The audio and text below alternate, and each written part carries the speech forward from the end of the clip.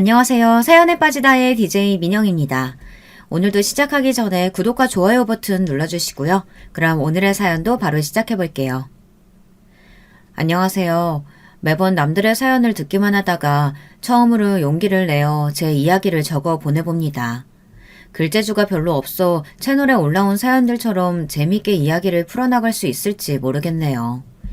일평생 남들 이야기는 많이 들으며 살아왔어도 제 얘기를 남들에게 해본 적이 없거든요. 저는 몹시 가난한 집안에서 자랐습니다. 그냥 가난하다 말할 만한 수준이 아니고 정말 찢어지게 가난했어요. 저희 부모님께서는 젊은 시절 두 분 다 의료공장에서 일하셨고 그곳에서 눈이 맞아 결혼을 하셨다고 합니다. 어려운 형편이었지만 당시에는 두 분 다 젊으시고 열심히 일할 만한 체력이 있었기에 어떻게든 한 푼 두 푼 아끼며 삶을 이어나가셨다고 해요. 그러나 당연히 두 분이서 공장에서 일해 벌 수 있는 돈은 몹시 적은 금액이었고 형편은 나아질 기미가 보이지 않았다고 합니다. 게다가 두 분은 노쇠하신 할머니까지 모시며 살아야 했기에 더욱더 어려운 형편이었어요. 그런 힘든 환경 속에서도 어머니 아버지께서는 3남매를 낳아 기르셨고 저는 3남매 중에 장녀였습니다. 제가 어렸을 적 살던 집은 아주 낡고 오래된 구옥이었습니다. 아버지가 어렸을 적부터 살아오신 집이었기에 구옥 중에서도 몹시 오래된 편이었어요. 문 사이로 우풍이 들어오거나 쥐나 벌레가 방을 드나들 정도로 열악한 환경이었죠. 하지만 어린 시절에 저는 그런 집에 아무런 불만이 없었습니다. 제가 살던 집이 다른 사람들의 사는 집과는 다르다는 사실을 그때는 몰랐으니까요. 저와 동생들은 학교에 들어갈 나이가 될 때까지 부모님이 일을 나가 계시는 동안 낡은 집에서 아프신 할머니와 함께 지냈습니다. 어린 저와 동생들이 주로 하며 놀았던 놀이는 누가 먼저 곤충을 발견해 잡아오나 그런 것들이었어요. 집 주변에 들판을 뛰어다니며 삐비를 뽑아먹기도 했죠. 혹시 여러분도 삐비를 알고 계시려나요? 시골에선 흔히 볼 수 있는 풀이었는데 요즘은 보기가 많이 힘들어졌다고 하더라고요. 삐비 여러 개를 모아 껍질을 쑥 벗겨 하얀 속살을 씹으면 꼭 껌 같은 식감의 단맛이 입에 퍼졌어요. 가난한 형편에 간식은커녕 끼니도 제대로 챙겨 먹지 못했던 시절이었으니 꽃을 따다 꿀을 빨아먹기도 하고 메뚜기를 잡아 구워 먹기도 했습니다. 그때는 온갖 자연이 전부 우리의 놀이터이자 식량 창고였죠. 저희 집은 몹시 가난하긴 했으나 결코 불행한 가정은 아니었습니다. 부모님께서는 몹시 금슬 좋으신 부부였고 언제나 저희를 먹여 살리기 위해 열심히 일하셨어요. 어머니께서는 하루 종일 의료공장에서 미신기를 돌리며 제복 일을 하셨고 아버지께서는 지게차를 운전하시며 우류들을 나르셨습니다. 두 분은 모두 새벽같이 일을 나가 해가 다 졌을 때쯤에야 피곤한 몸을 이끌고 집에 돌아오셨지만 저희 앞에서는 언제나 웃는 얼굴이셨어요. 늦은 밤이면 가족들 모두가 한 방에 둘러앉아 군고구마를 먹으며 이야기꽃을 피웠던 기억이 납니다. 그러던 어느 날이었어요. 그날도 평소와 다름없이 동생들을 데리고 바깥에서 한참을 놀다가 늦은 저녁이 되어서야 집에 돌아갔습니다. 말도 없이 늦게 들어왔다고 어머니께서 화를 내실까 걱정이었는데 웬일로 부모님께서는 두 분 다 아직 집에 돌아오시지 않았더라고요. 집에 계셔야 할 할머니께서도 보이지 않았습니다. 집은 텅텅 비어 있었고 인기척이 전혀 느껴지지 않았어요. 모두 어디로 가버린 것인지 알 수 없었지만 저는 일단 동생들을 데리고 방에 들어가 어른들을 기다렸습니다. 그러나 시간이 아무리 흘러도 그 누구도 집으로 돌아오지 않았어요. 어린 동생들은 배가 고프다고 울기 시작했어요. 주방을 뒤져보았지만 먹을 만한 것은 아무것도 나오질 않았고 결국 저는 줄인 배를 움켜잡고 동생들을 달래며 긴 밤을 보내야 했습니다. 그날 밤 어떻게 잠들었는지 기억도 잘 나지 않아요. 눈을 떴을 때는 이미 날이 밝아 있었고 집 마당에 시끄러운 소리가 들려왔습니다. 급하게 자리에서 일어나 문을 열고 나가자 대문 앞에 마을 사람들이 몰려 웅성거리고 있었어요. 그리고 그 사이에서 어머니와 아버지가 모습을 보이셨습니다. 아빠, 다리가 왜 그래요? 그날 사람들 사이로 힘없이 대문을 걸어 들어오시던 아버지의 모습이 아직도 생생합니다. 한 팔로는 어머니의 부축을 받고 한 팔로는 목발을 집은 채 걸어오시고 계셨어요. 아버지의 한쪽 다리는 무릎 밑으로 아무것도 보이지 않았습니다. 부모님께서는 두 분 다 몹시 침울한 얼굴이었고 어머니께서는 웅성대는 사람들을 향해 모두 그만 돌아가 달라고 소리를 치셨어요. 마루에 걸터 앉으신 아버지께서는 제 물음에 아무런 대답 없이 그저 한숨만을 내쉬셨습니다. 어머니께서는 그런 아버지 곁에서 한참을 아무 말 없이 우셨어요. 어렸던 저는 그 상황이 도무지 이해가 가질 않았습니다. 도대체 무슨 일이 일어났던 건지, 할머니는 어딜 가신 건지, 아버지의 다리는 왜 이상한 모양이 되었던 건지. 그 뒤로 아버지께서는 공장에 나가지 않으셨어요. 매일같이 방에 틀어박혀서 하루 종일 나오지 않으셨죠. 저희와도 아무런 대화를 나누시지 않았습니다. 아버지께서는 완전히 다른 사람이 된 것 같았어요. 밤늦게 공장에서 돌아오신 어머니께서 한참 동안 방 앞에서 차마 아버지를 부르시지도 못하고 서성이시던 모습이 기억에 남아있어요. 그 이후로 저희 집은 온통 침울한 분위기만이 가득했습니다. 그렇게 냉랭한 나날들이 계속되던 어느 날 어머니께서는 할 말이 있다며 저를 부르셨습니다. 지금 살고 있는 집을 팔고 도시로 이사 가려고 한다. 나 혼자 벌어오는 공장 봉급으로는 갈수록 빚만 늘어나고 있는 판국이야. 어린 너한테까지 이런 얘기 다 털어놓게 되어 미안하지만 넌 맞이잖니. 앞으로도 네 아버지가 저런 식이라면 난 더 바빠질 거고 너희한테 신경을 기울일 여력이 없을 거야. 이사 준비부터 시작해서 네가 도와줄 일이 많아. 내가 없을 땐 네가 동생들을 지금처럼 잘 챙겨줘야 돼.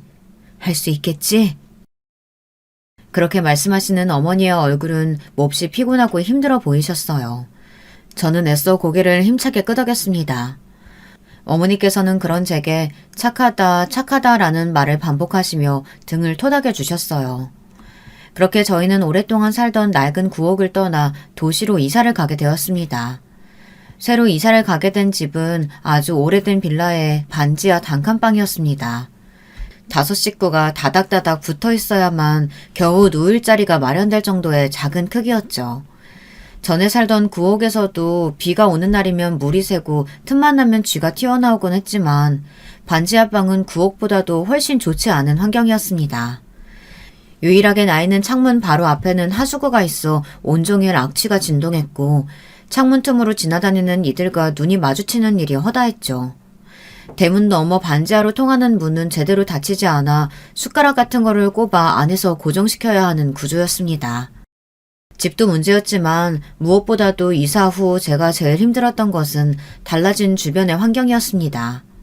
전에 살던 구옥의 주변에는 들판과 강, 드넓은 자연이 펼쳐져 있어 동생들을 데리고 마음껏 뛰어놀 수 있었지만 이사간 반지하방 주변에는 온통 건물과 매연을 풍기는 차들만이 가득했어요.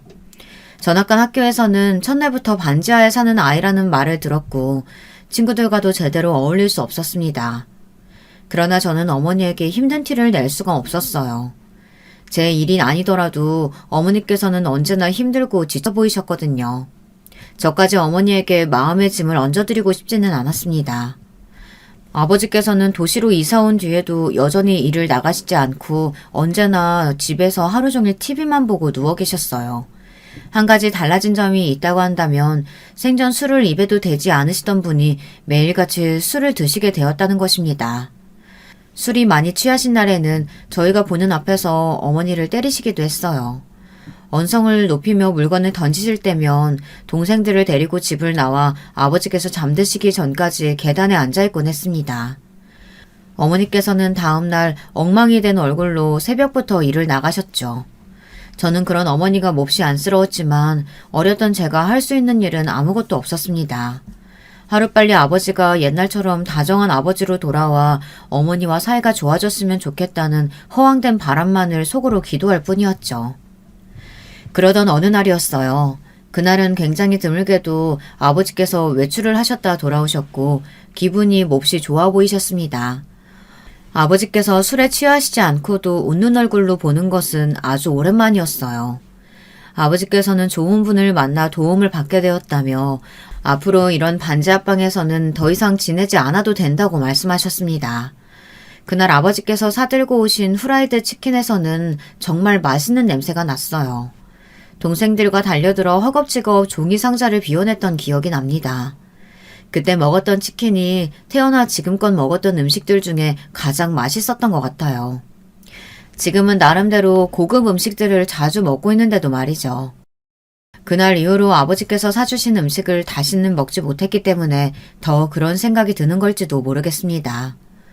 바로 다음 날 어머니와 아버지는 완전히 갈라서시게 되었으니까요. 다음 날 제가 눈을 떴을 때는 집안이 아주 조용했습니다.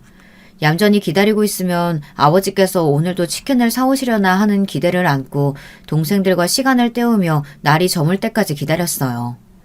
그러나 밤이 되었는데도 집에는 어머니도 아버지도 돌아오지 않으셨고 동생들과 저는 찬장에 있던 라면을 꺼내 부숴 먹고는 기다리다 지쳐 잠에 들었습니다. 시끄러운 소리에 눈을 떴을 때는 새벽녘이었어요. 어머니께서는 커다란 가방에 짐을 싸고 계셨고 아버지께서는 그런 어머니께 소리를 지르며 말싸움을 하고 계셨습니다.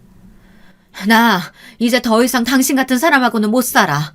그동안 내가 얼마나 참고 살아왔는지 알아? 당신 다리 그렇게 됐을 때도 난 당신 믿었어. 당신이 금방 극복하고 우리 가족 위해서 일어나 줄 거라고. 근데 당신 꼴을 좀 봐. 당신 그동안 어떻게 살았어? 내가 애들 먹여 살리기 위해서 밖에서 온갖 굳은 일 다 하면서 지낼 동안 당신은 집에서 도대체 뭘 하면서 살았냐고. 그 돈 매일같이 내 몸 갈아가며 모았던 돈이야. 애들 학교라도 제대로 보내주고 싶어서 한 푼 두 푼 어떻게는 꾸역꾸역 모은 돈이라고. 어떻게 그 돈을 그렇게 날려버려. 당신같이 한심한 인간을 도대체 누가 도와주겠어. 생각이라는 걸 조금이라도 해봤으면 당신 절대 그런 짓 못했을 거야. 내가 아니라 당신이 모았던 돈이었으면 그렇게 아무렇게나 남한테 줘버릴 생각은 못했을 거라고. 나 정말 참을 만큼 참았어. 애들 봐서라도 그동안 당신하고 살았던 정을 생각해서라도 버텼는데 도저히 이렇게는 못 살겠어. 당신하고 살면 평생 이렇게 시궁창 같은 인생밖에 못 살 거라고. 알아? 이거 놔! 솔직히 말해서 그 당시에는 어머니께서 하시는 말들이 제대로 이해가 되지 않았어요. 그저 어머니께서 아버지께 몹시 화가 나셨구나. 어머니와 아버지가 헤어지려고 하시는구나. 그 정도로만 상황을 파악할 수 있었죠. 나중에서야 들은 이야기지만 아버지께서는 사기를 당하셨다고 합니다. 그것도 어머니께서 저희를 위해 본인 먹는 것, 입는 것을 줄여가며 한 푼 두 푼 모아두었던 돈이라고 했어요. 사기꾼은 아버지께 좋은 사람인 척 접근해 괜찮은 기회가 있다, 투자를 한번 해봐라 제안했고 아버지께서는 그 사기꾼을 껌뻑 믿고 어머니께서 모아두신 돈을 모두 가져다 바쳤다고 합니다. 당연히 사기꾼은 돈을 받자마자 연락이 끊겼고 그대로 종적을 감춰버렸습니다. 그 사실을 알게 되신 어머니께서는 더 이상 아버지와 함께 살아갈 의지와 삶에 대한 희망을 모두 잃어버리셨고 더 이상은 못 참겠다며 짐을 싸서 집을 나가시려던 것이었죠.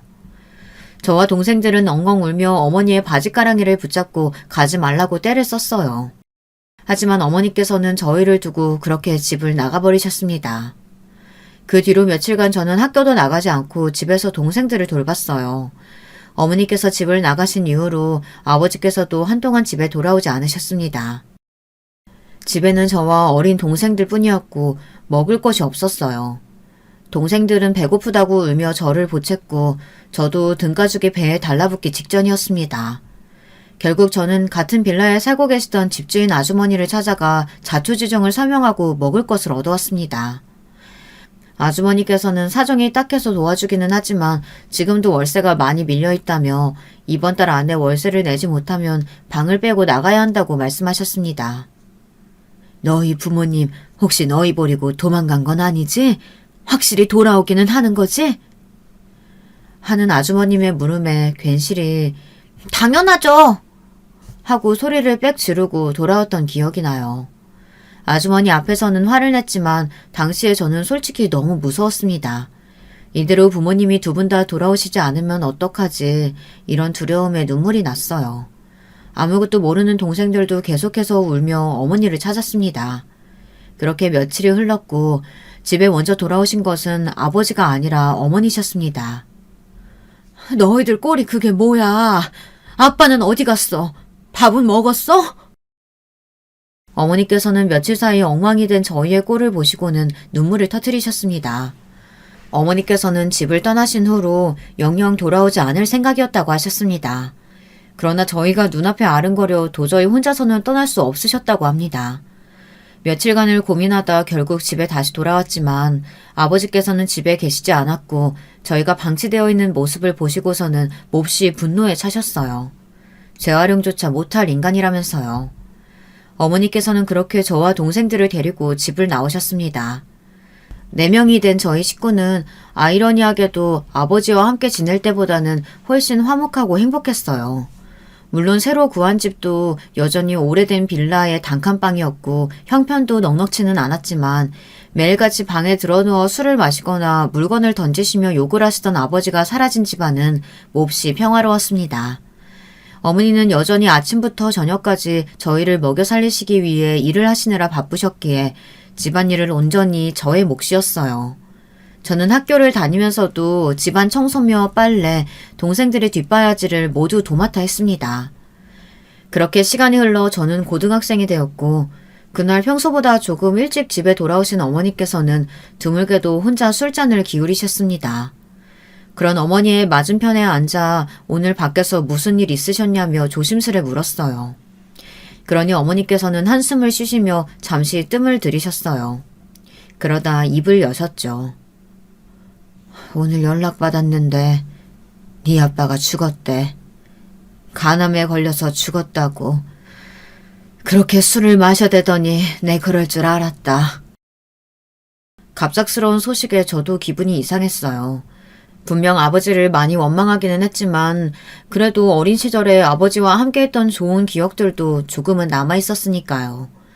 뭐라고 대답을 해야 할지 망설이던 차에 술잔을 기울이시던 어머니께서 다시 이야기를 시작하셨습니다. 그날은 유난히 날씨가 덥던 여름날이었어. 미신기를 돌리는데 땀이 뚝뚝 떨어져서 옷감이 젖을 정도였지. 공장 안은 완전히 찜통이었어. 환기구가 돌아가곤 있었지만 시원하기는커녕 완전히 뜨거운 바람만이 불었다. 몹시 다들 지쳐 있었어. 멍하니 미신기를 돌리고 있는데 갑자기 바깥쪽에서 커다란 소리가 났어. 뭔가 무거운 것이 바닥에 떨어지는 듯한 소리였고 사람들이 웅성거리는 소리가 이어졌다. 바깥에서 무슨 사고가 났나 싶었지만 그건 나와 별 상관없는 일이었어. 당시에 나한테는 할당량을 빠르게 채우고 너와 네 동생들이 기다리고 있는 집으로 돌아가는 일이 더 중요했으니까. 그러나 곧 어떤 일꾼이 내게 다가와서 네 아빠 이름을 말하며 그 사람 부인이 맞냐고 물어오더라. 그렇다 대답하니까 빨리 나와보라고 내게 손짓을 했어. 어안이 벙벙해서 그 사람을 따라갔지. 그렇게 나간 바깥에서는 바닥에 쓰러져 있던 사람을 여러 일꾼들이 둘러싸고 있었고 바닥에 누워있던 사람은 다름 아닌 네 아빠였다. 네 아빠의 한쪽 다리가 완전히 짓뭉개져 있었어. 철제 박스가 네 아버지 위로 쓰러졌고 미처 피하지 못했던 그 사람은 한쪽 다리를 잃고 만 거야. 그날은 정말 더웠고 온몸에 땀이 비오듯이 나더구나. 눈앞의 풍경이 실제인지 환상인지 분간이 가지 않았어. 머리가 핑 돌고 그대로 바닥에 쓰러지고 말았지. 눈을 떴을 때는 병원이었어. 이미 네 아버지는 수술을 마친 뒤고 다리가 있어야 할 곳은 텅 비어있더구나. 소식을 듣고 병원에 달려오신 어머님께서는 충격에 쓰러지셨고 그렇게 쓰러지신 후 다시는 일어나지 못하셨어. 그렇게 허무하게 돌아가셔 버린 거지. 한쪽 다리를 잃은 네 아빠를 부축한 채 집에 돌아오는데 너무나 앞길이 막막하더구나. 너희에게 이 상황을 어떻게 설명해야 할지도 모르겠고 어머니의 죽음을 슬퍼할 겨를도 없었고 너도 알다시피 그날 이후로 네 아빠는 완전히 다른 사람처럼 변했다. 무슨 일이 있어도 언제나 밝고 긍정적이었던 사람이었는데 어떤 고난과 어려움이 있어도 함께 헤쳐나가자 얘기하던 사람이었는데 완전히 다른 사람이 됐어. 다른 사람들이 자기를 다리병신이라고 손가락질한다고 생각했고 나에게도 매번 공격적인 말투였다. 당신도 속으로 날 비웃고 원망하고 있는 거 다 안다고. 난 항상 아니라고. 당신 믿고 있다. 우리는 이겨낼 수 있다. 그렇게 그 사람을 응원해 주었지만 아무 소용없는 일이었어. 네 아버지는 점점 사람들 앞에 나서는 걸 두려워하고 있었고 피해의식에 사로잡혀 있었다. 생전 술이라면 입에도 대지 않던 사람이 매일같이 술을 마시며 폭력을 쓰기 시작했어. 처음 몇 번은 참았지만 너희들 앞에서도 손을 휘두르니 너무나 괴롭더구나.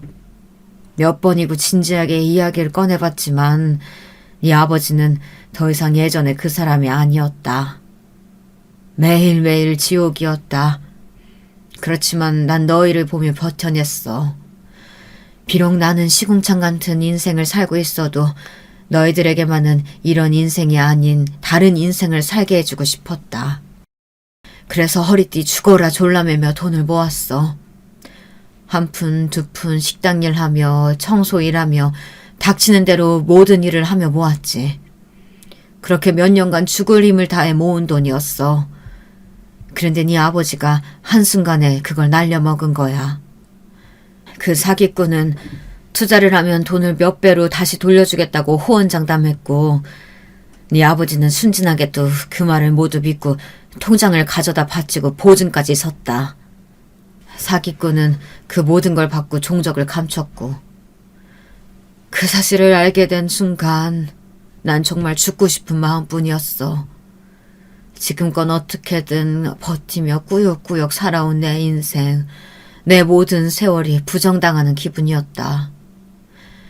그렇게 집을 나갔고 실은 그날 목숨을 끊을 생각이었지. 근데 너랑 네 동생들 얼굴이 눈앞에 아른거려서 도저히 혼자서는 죽을 수가 없더구나. 너한테는 항상 미안한 마음뿐이다.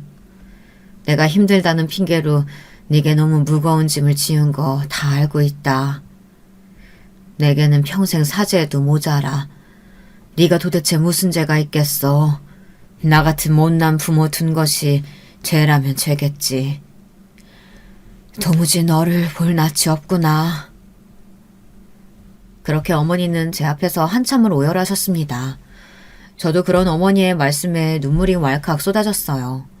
어머니께서는 제게 아무런 죄가 없다고 하셨지만 그러는 어머니께서는 무슨 죄가 있으셨겠어요. 그저 사랑하는 남편을 믿고 결혼을 하고 아이를 낳고 있는 힘껏 최선을 다해 열심히 살아오셨을 뿐인데 저는 어머니가 전혀 원망스럽지 않았습니다. 오히려 너무 안쓰럽고 죄송스러운 마음뿐이었어요. 그리고 지금껏 어머니께서 조금이나마 마음의 짐을 덜실 수 있도록 더 열심히 어머니를 돕고 동생들 뒷바라지를 하며 살아왔습니다. 저는 비록 대학교에 진학하지 못했지만 동생들만은 많이 배우기를 바랬고 고등학교를 졸업한 후 낮에는 마트에서 계산원 일을, 밤에는 청소 일을 했어요. 몸은 몹시 고되고 힘들었지만 동생들이 좋은 대학에 진학하는 모습을 보며 너무나 행복했습니다. 당시의 제 삶은 언제나 저보다는 어머니 그리고 동생들이 먼저였어요. 저의 행복보다는 가족들의 행복이 우선이었고 저는 배고프더라도 동생들은 하나라도 더 먹이고 싶은 마음이었습니다. 어머니께서는 그런 저에게 언제나 미안한 마음을 가지고 계셨기에 동생들도 모두 대학에 진학했고 자기 앞가림은 스스로 할 수 있는 나이가 되었으니 이제는 너도 네 삶을 더 돌보라고 말씀하셨어요. 그러나 막상 저 스스로를 돌보려고 하니 뭐부터 시작해야 할지 잘 모르겠더라고요. 저는 지금껏 살아오며 여운이 즐거움이니 그런 것들을 즐겨본 적이 없었으니까요. 안녕하세요. 요즘 날씨가 참 덥죠. 뵌지는 꽤 오래됐는데 인사를 드리는 건 처음이네요. 그런 제 삶에 나타났던 즐거움은 다름 아닌 저희 남편이었습니다. 남편과 처음 만난 것은 제가 일하던 마트에서였어요. 남편은 마트에 식자재를 배달하던 트럭 기사였고 더운 날씨에 남편이 제게 음료수를 나눠주며 우연히 이야기를 나누게 되었습니다. 남편과 저는 비슷한 점이 참 많은 사람이었어요. 남편도 저처럼 아주 어려운 환경에서 자라온 사람이었고 어렸을 적부터 홀어머니를 모시고 살아왔다고 했습니다. 남편의 어머니께서는 아버지에 대한 이야기를 한 번도 해주신 적이 없었고 아버지께서 어떤 사람인지 왜 어머니 혼자 남편을 낳고 키우셨던 건지 아무것도 아는 것이 없다고 했어요. 남편 또한 저처럼 반지하방에서 자라면서 아픈 어머니를 부양하느라 공부는 꿈도 꿀 수 없었다고 합니다. 고등학교를 졸업하자마자 면허를 따서 운전기사 일을 시작했다고 했습니다. 어머니께서는 얼마 전 오래전부터 앓고 계시던 암으로 돌아가셨다고 해요. 그것마저도 저희 아버지와 똑같았습니다. 저는 공통점이 많은 남편과 점점 가까워지기 시작했고 결국 저희는 연인으로 발전하게 되었습니다. 남편은 저의 어려운 집안 사정과 제가 자라온 환경을 누구보다도 잘 이해해주는 사람이었어요. 저는 이 사람과 함께라면 남은 인생을 행복하게 살 수 있을 거라는 확신이 들었어요. 그렇게 저와 남편은 결혼을 하게 되었고 제 결혼 소식을 들은 가족들은 모두 기뻐했습니다. 물론 결혼을 했다고 해서 갑자기 형편이 좋아졌다거나 모든 일들이 술술 잘 풀리게 된 것은 아니었어요. 저와 남편은 여전히 단칸방에 살고 있었고 그리 부유하지도 않았지만 그래도 남편과 함께 보내는 일상은 너무나 행복했습니다. 주말마다 가까운 곳으로 나들이도 가고 가끔은 외식도 하고 함께 장도 보면서요. 그렇게 평화로운 나날들이 계속되던 어느 날이었어요. 여보, 사실 할 말이 있어. 사실 나 어제 우리 아버지 만나고 왔어. 지난 세월 동안 한 번도 먼저 남편과 시어머니를 찾은 적이 없으셨던 시아버지께서 갑작스레 남편에게 연락을 해오셨다고 했습니다. 갑작스러운 연락이 당황스럽기는 했지만 남편은 언제나 아버지에 대해 궁금해했었고 결국 시아버지를 만나러 다녀왔다고 했어요. 아버지께서 연락이 오셨다는 것만으로도 충분히 놀랄 일이었는데 더 놀라운 소식은 그것뿐만이 아니었습니다. 약속 장소에 나타나신 시아버지께서는 무려 한 회사의 사장님이셨고 한눈에 봐도 몹시 부유해 보였다고 했습니다. 약속 장소도 남편은 태어나 한 번도 가본 적 없던 고급 식당이었고 정말 이런 사람이 내 아버지가 맞나 하는 생각마저 들었다고 했습니다. 솔직히 처음에는 원망스러운 마음이 먼저 들었어. 이렇게 부유한 형편에 돈이 많은 사람이었다면 나랑 어머니를 왜 그런 환경에서 살게 둔 건지. 조금이나마 도움을 줄 수는 없었던 건지. 그런데 아버지께서는 그동안 내 존재를 모르고 살아오셨다고 하더라.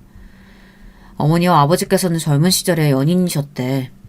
그런데 어머니께서 어느 날 갑자기 이별을 통보하고 사라져버리신 거야. 어머니께서는 아버지 집안에 비해 몹시 가난한 집안 출신이셨거든.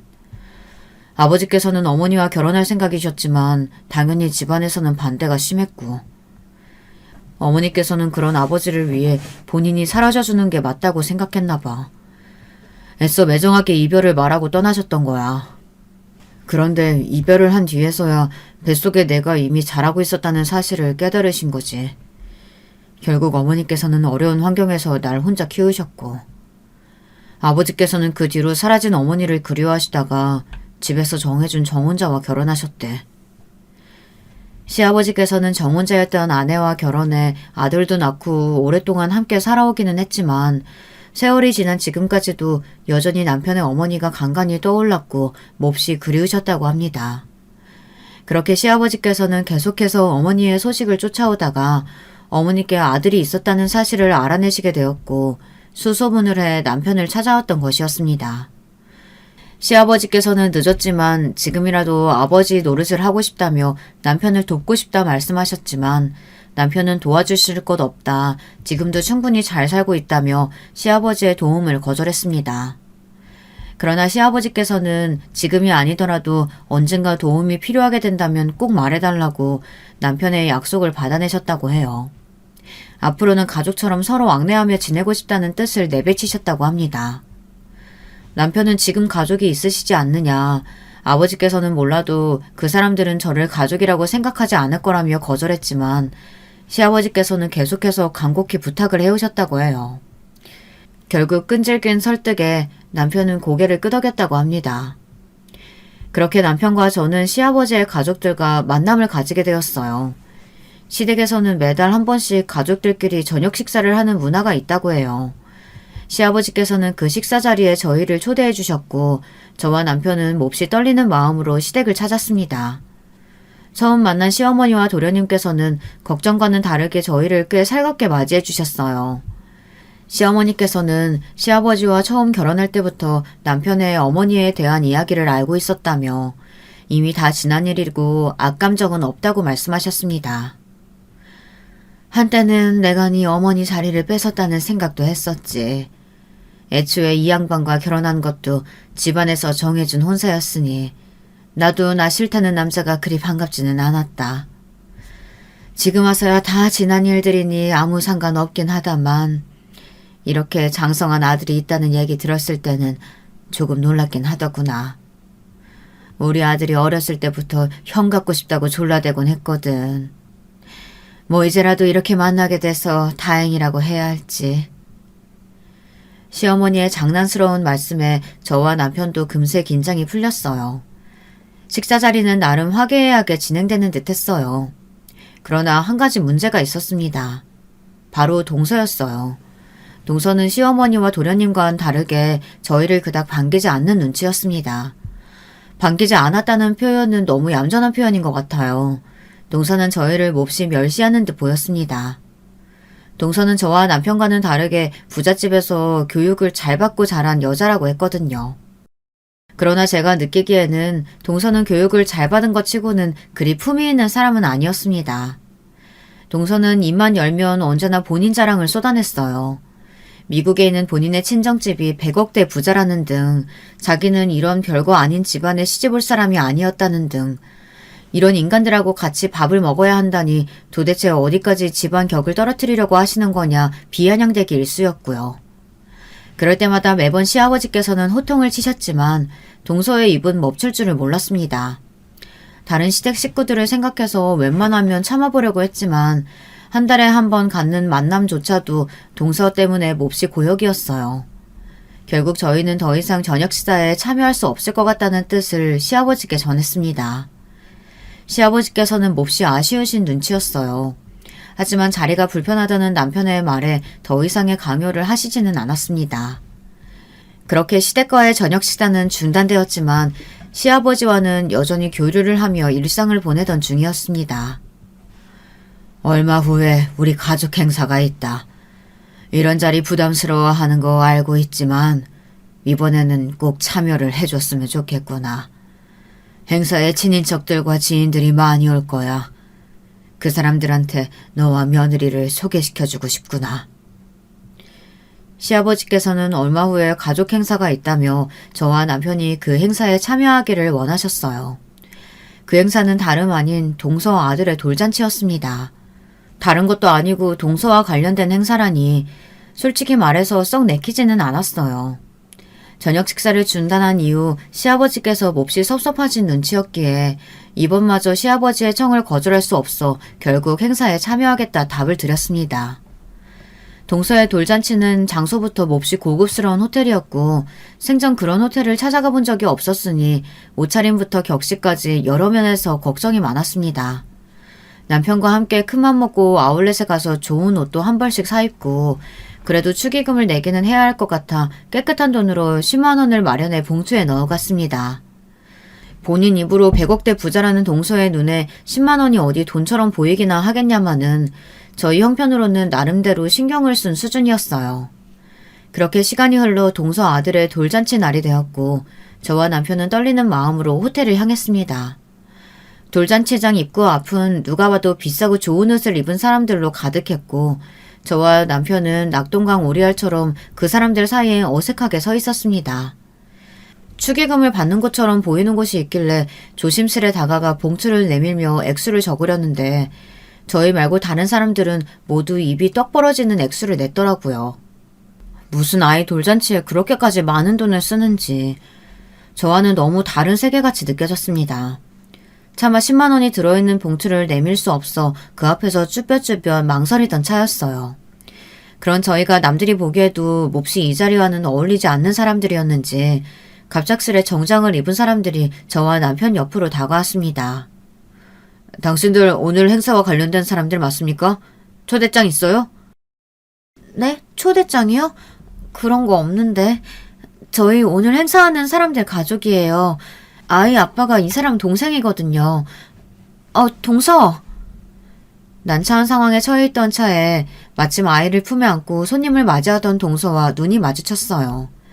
그때만큼 동서가 반갑게 느껴졌던 적이 없었죠. 그러나 당연히 다가와서 도움을 주리라고 생각했던 동서는 마치 저희를 처음 보는 사람인 양 인상을 찌푸리고 고개를 돌렸어요. 아무 일도 없었다는 듯 다른 손님들을 맞이했습니다. 누가 이런 잡상인들 함부로 들였어? 당장 쫓아내! 경원들은 그런 동서의 태도에 저와 남편의 양팔을 잡고 당장이라도 행사장 밖으로 저희를 쫓아낼 기세였어요. 그런 게 아니라 정말 가족이 맞다고 소리를 쳤지만 아무도 들어주질 않았습니다. 너무나 억울하고 부끄러워서 눈물이 날 것 같았어요. 지금 내 며느리한테 뭐 하는 짓인가? 당장 내려놓지 못해? 갑작스러운 시아버지의 호통에 저희를 끌고 가려던 경호원들은 모두 놀라 손을 내려놓았습니다. 큰 소리에 행사장 안에 있던 모두가 저희를 주목하고 있었어요. 시아버지께서는 몹시 무서운 표정으로 성큼성큼 저희 앞으로 다가오시더니 아이를 안고 있던 동서의 뺨을 거세게 올려치셨습니다. 짝 하는 큰 소리가 호텔 로비에 울렸고 돌잔치에 찾아온 손님들은 모두가 깜짝 놀라 입을 틀어막았습니다. 그동안 네가 오만방자하게 구는 걸 전부 참고 넘어갔지만 더 이상은 안 되겠다. 어디서 이 많은 사람들 앞에서 내 아들 부부를 잡상인 취급을 해? 네가 뭐가 그리 잘났다고 이리 의면수심 구는 거냐? 아버님, 지금 뭐 하시는 거예요? 제가 저 사람들에 비하면 잘났죠.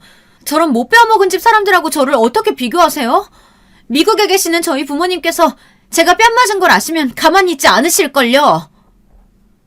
너라는 애는 아주 입만 열면 거짓말이구나. 내가 그동안 정말 몰라서 네 거짓말 눈 감아준 줄 알아? 네? 아버님, 그게 무슨 말씀이세요? 저희 부모님은 미국에... 미국은 무슨! 시끄럽다! 이 많은 사람들 앞에서 더 망신당하고 싶지 않으면 당장 둘한테 제대로 사과해라. 시아버지의 말에 기세등등했던 동서의 얼굴이 새파랗게 질리더라고요. 주변에 모두가 저희들을 바라보고 있었고 동서는 입술을 꾹 깨물고는 저희 앞에 다가와 고개를 숙였습니다. 형님, 죄송합니다. 제가 잠시 사람을 헷갈렸던 것 같아요. 일부러 그랬던 건 아니에요. 제가 흥분해서 말실수했어요. 용서해 주세요. 어째 여기서 제일 못 배워먹은 건 너 같구나. 말하는 꼴하고는. 동서의 사과에도 시아버지께서는 불만이 가득한 표정이었어요. 하지만 돌잔치가 시작될 시간이었고 결국 사건은 그렇게 일단락되었습니다. 그 뒤로 동서는 저와 남편을 대하는 태도가 180도 변했습니다.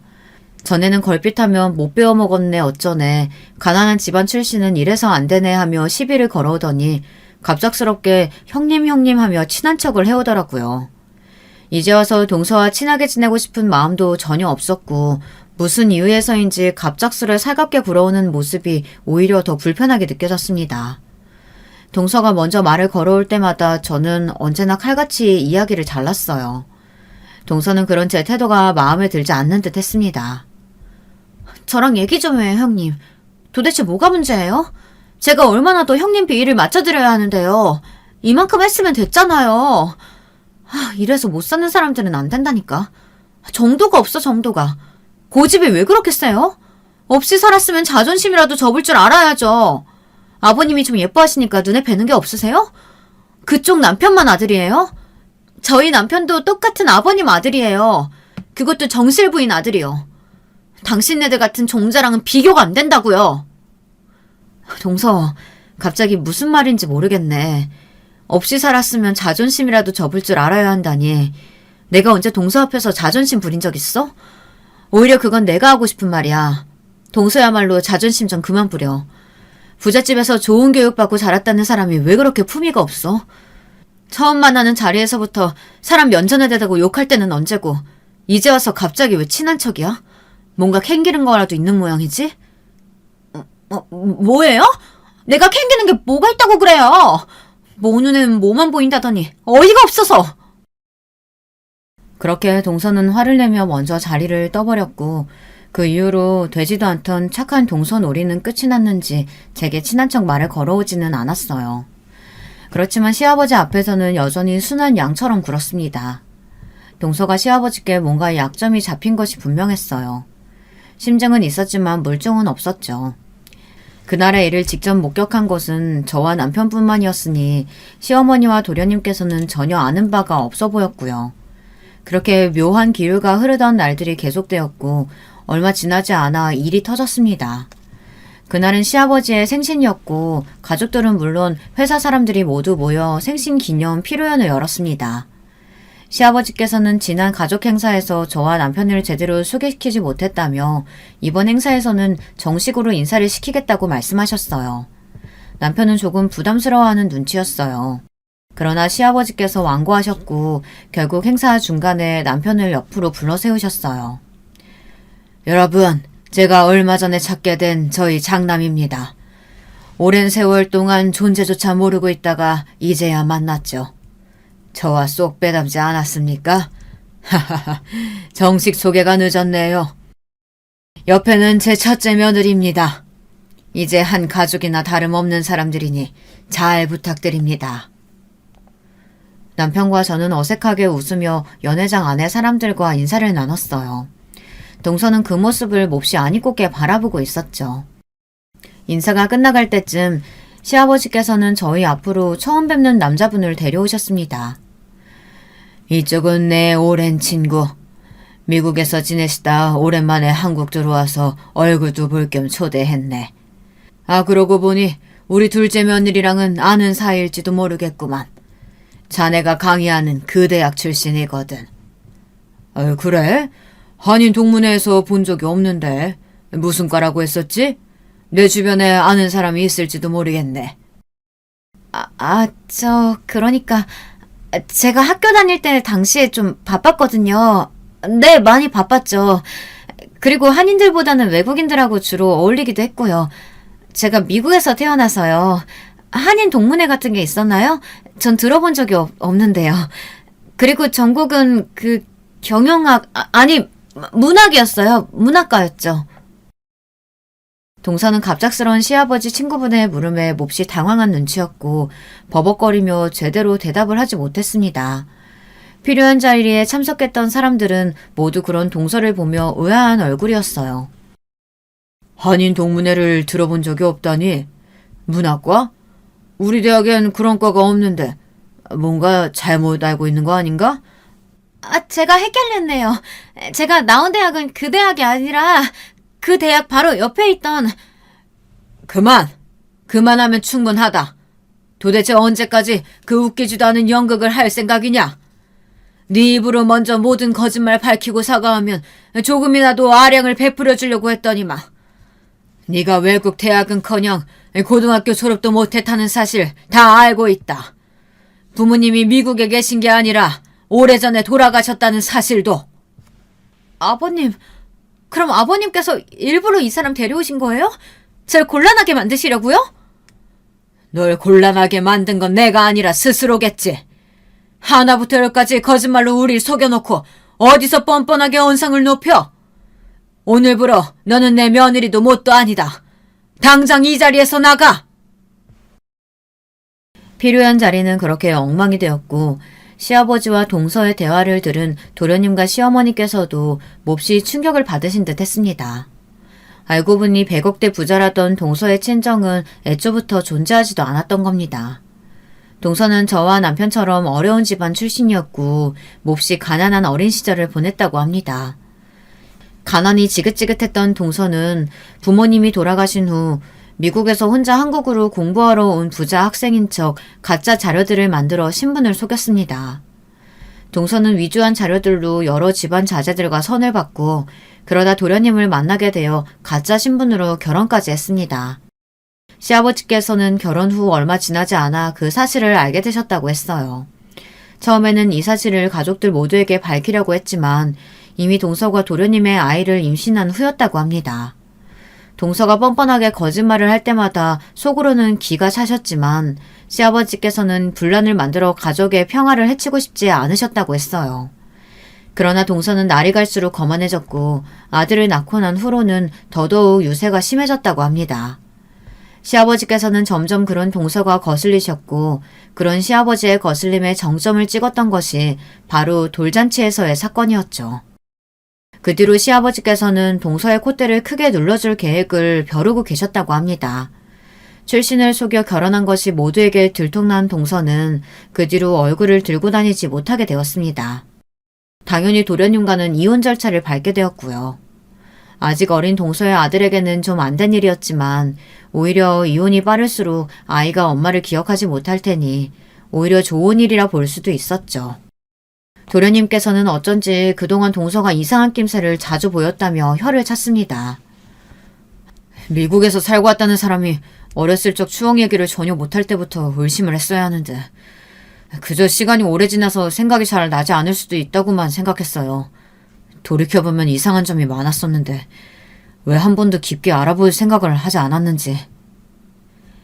동서는 친정이 몹시 부자라고 큰소리를 쳐놓고 혼수조차 제대로 해오지 않았었고 해외 자금이라 처리하는 데 시간이 많이 걸린다면서 돈에 관련된 이야기가 나오면 차일피일 미루기만 했었다고 합니다. 아는 사람의 소개로 시작된 선자리였기에 도련님께서는 조금 의문스럽게만 생각했지 동서의 모든 것이 가짜일 것이라고는 상상도 해보지 못했다고 했어요. 물론 그 지인도 동서의 거짓 자료들에 깜빡 속아 도련님께 선자리를 주선했던 것이었죠. 결혼 후 시간이 지날수록 도련님께서는 동서가 외국에서 오래 교육을 받은 부잣집 자제처럼 느껴지지 않을 때가 많았지만 본인이 괜히 예민하게 구는 것일 거라고 생각하고 애써 넘겨왔다며 자조적인 한숨을 내뱉으셨습니다. 혼인소송 결과 동서는 뻔뻔하게도 억울함을 호소했지만 본인의 신분과 여러 자료들을 위조한 점이 사기 결혼으로 인정되었습니다. 결국 동서는 친권과 양육권을 모두 도련님에게 뺏기었고 엄청난 위자료를 물게 되었죠. 게다가 공문서를 위조한 죄로 형사처벌을 받게 되었다고 하더라고요. 땡전 한 푼 없이 시댁에서 쫓겨났으니 무슨 돈으로 위자료와 벌금을 낼지는 저도 모르겠네요. 또다시 어디선가 신분을 속여 사기를 치고 다닐지도 모르는 일이죠. 아마 전과자가 된 지금 거의 불가능한 일이겠지만요. 저와 남편은 얼마 전 결국 시댁 근처의 아파트로 이사를 오게 되었습니다. 계속해서 거절했지만 시아버지께서는 몹시 완고하셨어요.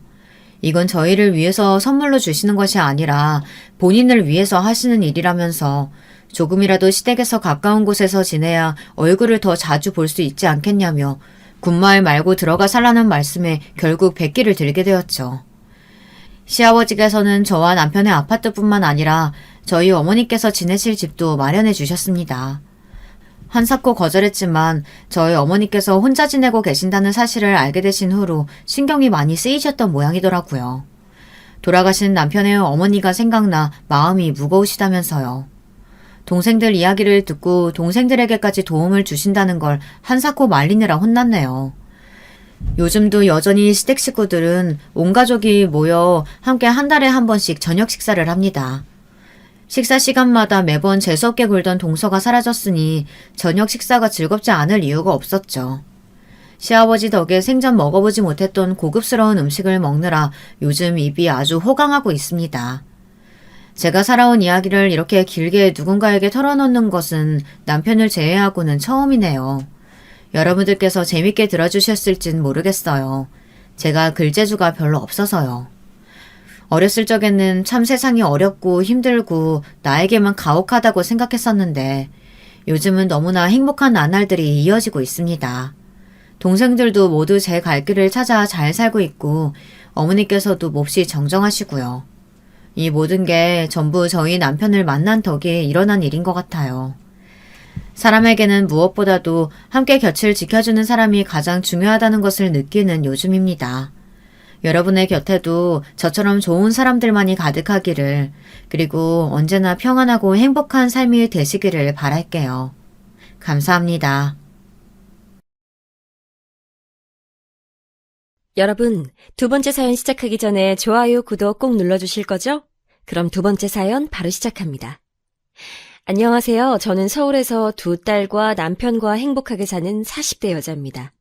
얼마 전에 저한테 인생 최고의 사건이 일어났어요. 도저히 혼자만 알고 있기엔 아까워서 제보하게 됐습니다. 저는 제가 이런 경험이 생길 줄은 전혀 기대도 하지 않고 살았는데 동서가 저를 이렇게 만들어줬어요. 동서는 제가 태어나서 만난 사람 중에 제일 특이한 사람이거든요. 여러분도 제 사연 한번 들어보시고 동서에 관해 판단해 주시길 바랍니다.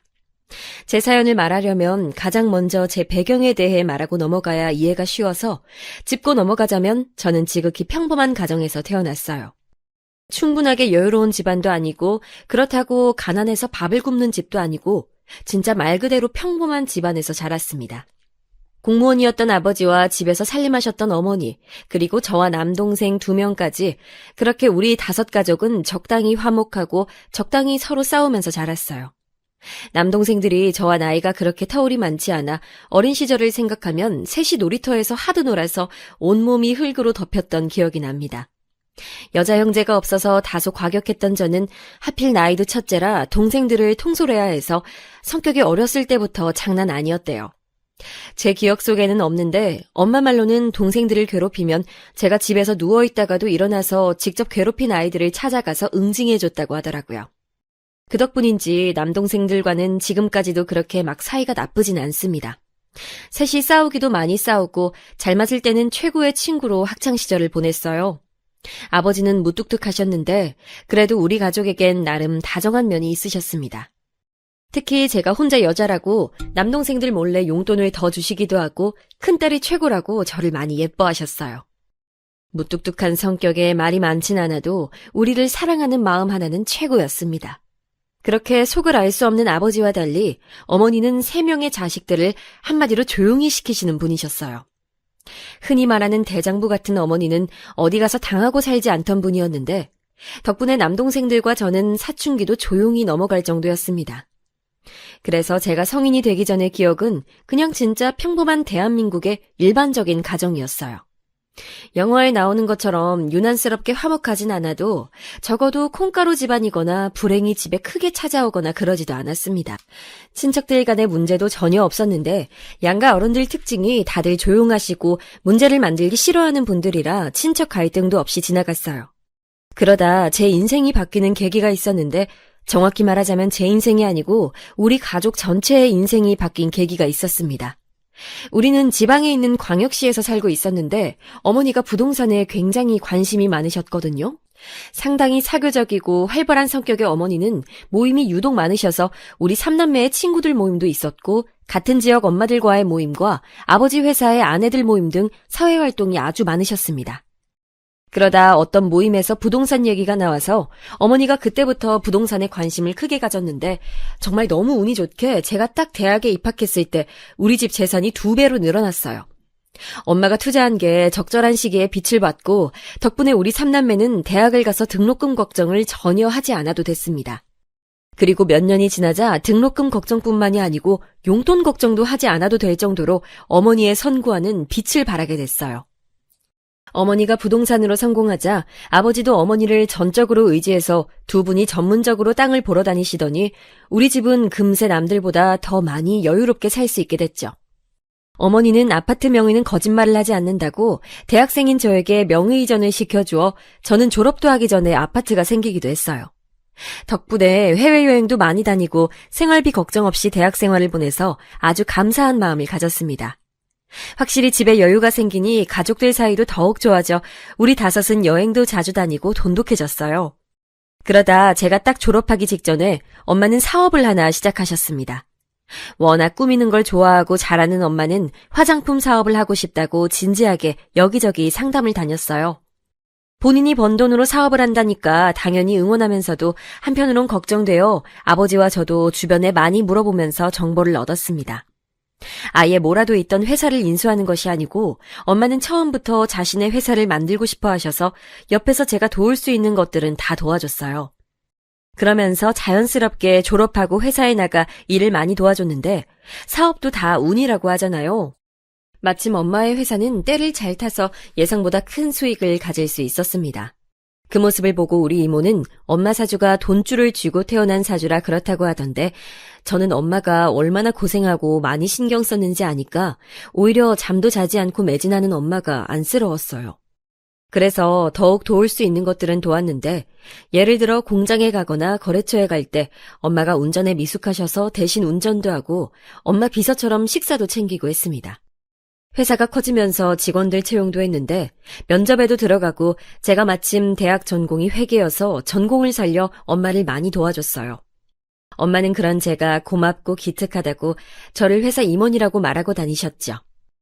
그러다 아버지도 퇴직하시고 엄마 회사에 소일거리를 하러 나오셔서 거의 온 가족이 엄마의 회사를 위해 일했다고 해도 과언이 아니랍니다. 동생들도 힘을 써야 하는 일이 생기면 나와서 도왔고 아무래도 처음부터 끝까지 다 알아서 해야 하는 게 사업이라 이렇게 5명이 매진해도 가끔은 벅차기도 했어요. 그렇게 일하다 보니 저는 어느새 결혼 정년기가 됐는데 그때 사귀던 남자친구가 있긴 했습니다. 대학생 때부터 사귀던 남자였는데 저는 그 남자친구와 결혼하려고 생각하고 있었어요. 그런데 믿었던 남자친구에게 배신을 당하게 됐는데 우리가 같은 학교여서 겹치는 지인이 매우 많았습니다. 어느 날 동기가 저에게 긴히 할 말이 있다고 저를 불러서 약속 장소에 나갔는데 믿을 수 없는 말을 듣게 됐어요. 얘 미주야, 네 남자친구 요즘 술자리에 나오면 자기 땡 잡았다고 얼마나 난리치는 줄 알아? 돈 보고 결혼하는 거라고 사람들 앞에서 하도 입을 털어서 내가 다 민망하더라. 넌 바빠서 모르는 것 같아서 알려주는 거야. 이따 술자리 또 있으니까 올 수 있으면 몰래 와봐. 처음 동기의 말을 듣고 저는 동기가 저를 놀리는 줄 알았습니다.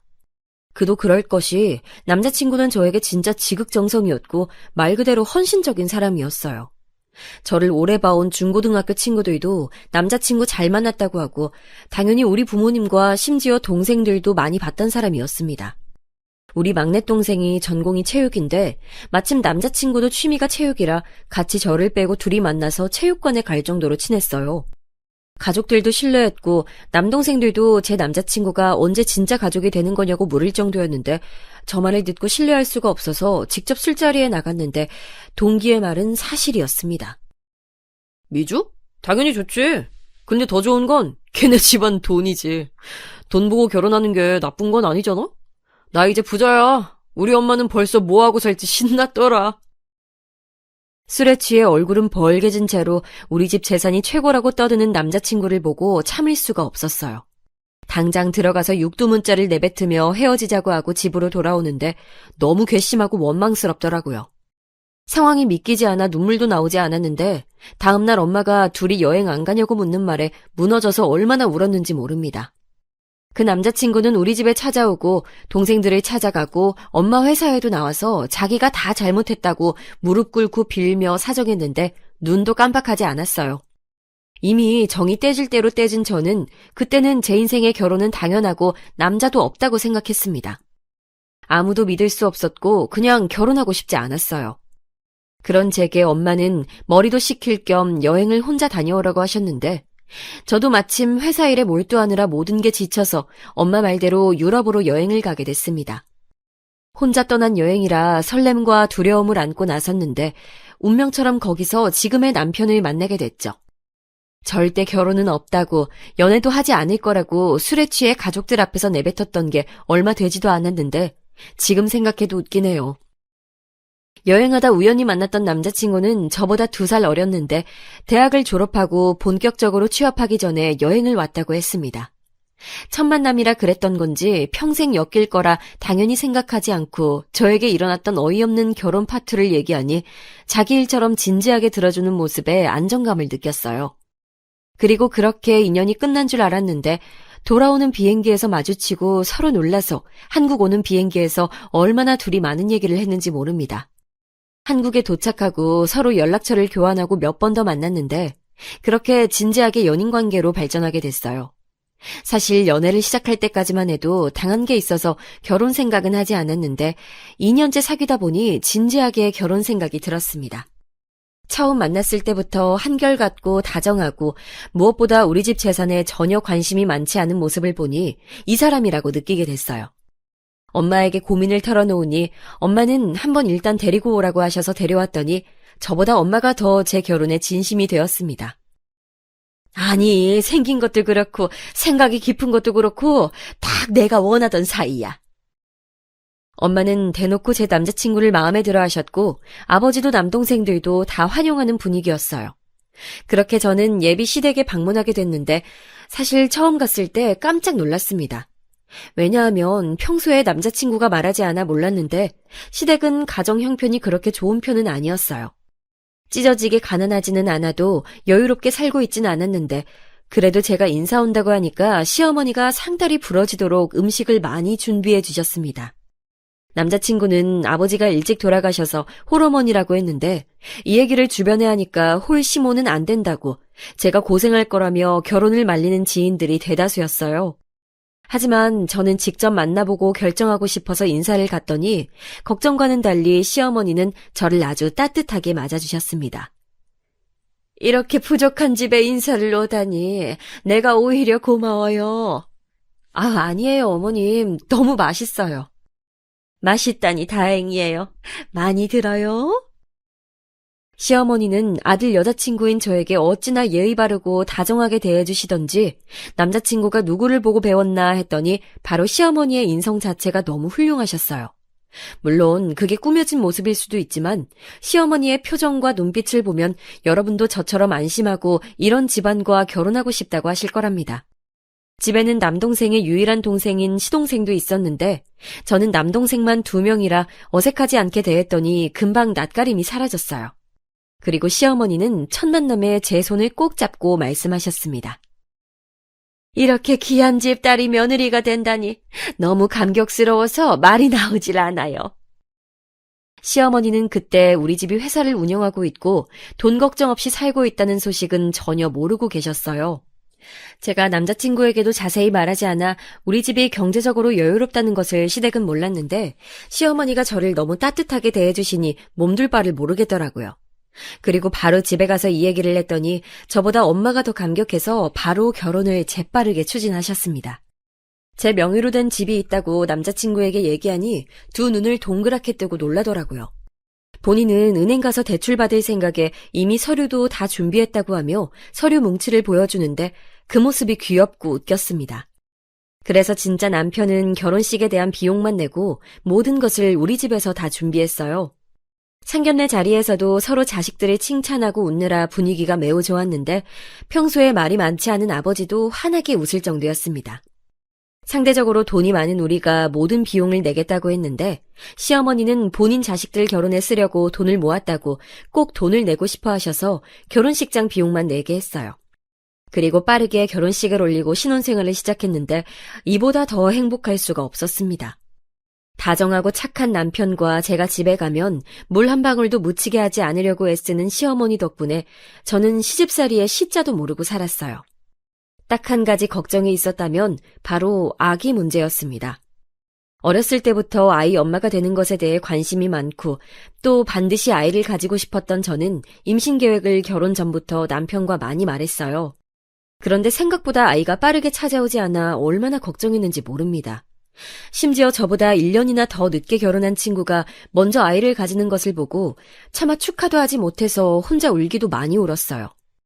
평생을 평범하게 살아와서 아이도 당연히 다른 사람들처럼 쉽게 가지겠지 생각했는데 그러지 않았죠. 둘째가 제가 결혼하고 1년 뒤쯤 결혼했는데 심지어 올케가 혼전 임신으로 결혼해서 제 자식보다 조카가 먼저 태어났는데 당연히 축하하면서도 한편으론 씁쓸한 마음이 가득했습니다. 병원에 가서 검사를 해봐도 보통 이런 경우 남편이나 아내 쪽에 문제가 있다던데 우리 부부는 특이하게 딱히 둘의 몸에 이상이 있지도 않았어요.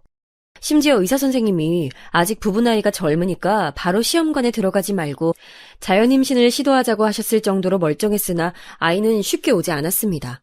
오죽하면 제 조카인데도 보면 씁쓸하고 조카를 본 날은 매번 집에서 우니까 나중엔 일부러 가지 않기도 했어요.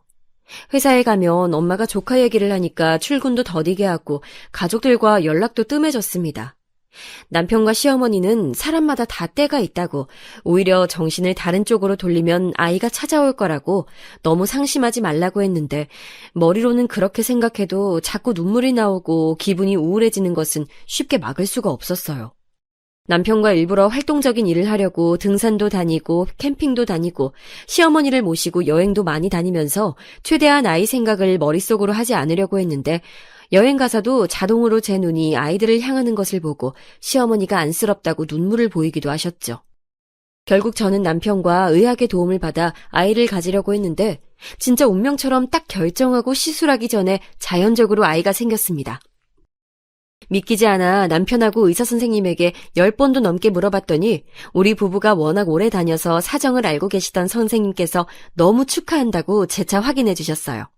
진짜 온몸에 소름이 돋고 기뻐서 눈물을 흘린다는 게 어떤 일인지 알게 되는 순간이었습니다.